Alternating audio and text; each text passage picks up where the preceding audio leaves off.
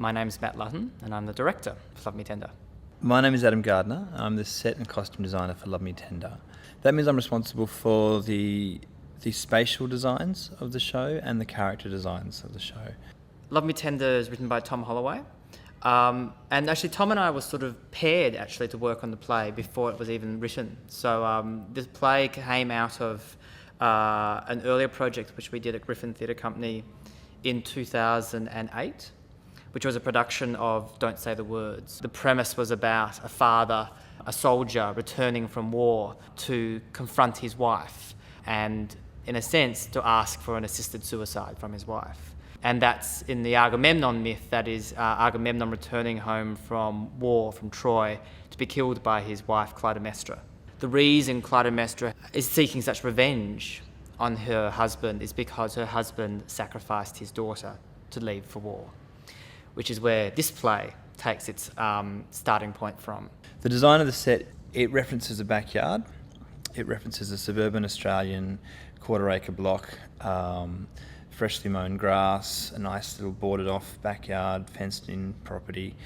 But in that we have an amazing mist effect that happens through the show. There's clouds of water sort of appear and disappear.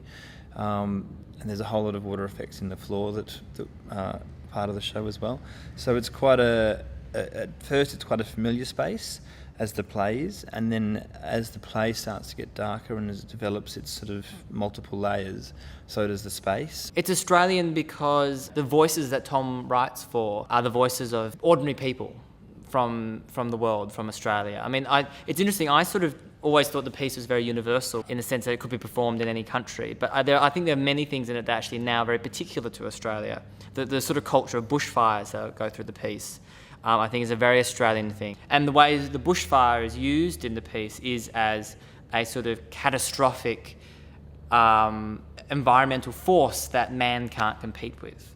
There's also, I think, the Australian idea of a great anxiety about sexuality in the piece, which, you know, is sort of in the papers all the time at the moment. It's sort of an obsession, I think, in Australia of sexuality in the media, how young sexuality is becoming, how much influence it's into children, parents' fears of sexuality intruding into the lives of their children. And that's a major tangent in the play. It's a major theme in the work of a father and a mother that find the vision of the world that their daughter is going into terrifying and threatening, and they have to deal with how they will protect her. It's so good to work at a set of companies who are keen to talk about current reflections of society, you know, and what's actually happening out in the street right now. That's been a great joy to sort of work on something that's so up to date.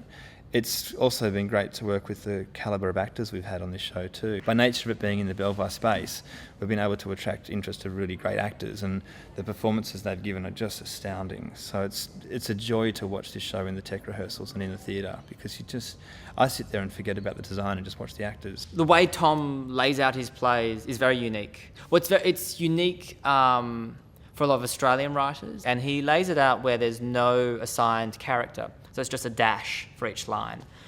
And you firstly don't know how many voices are in each scene, and you don't know which line should be spoken by which voice. So at the front of his play it says the number of actors, ? With Love Me Tender, it could be performed by 11 performers. It could be performed by 3. In this production, it's performed by 5. It's up to the director, actually. It was one of the earliest decisions I had to make about how many actors I thought should be in this piece.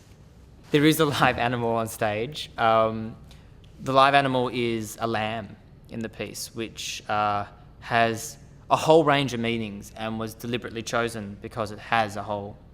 It's a very mythic symbol of the sacrificial lamb.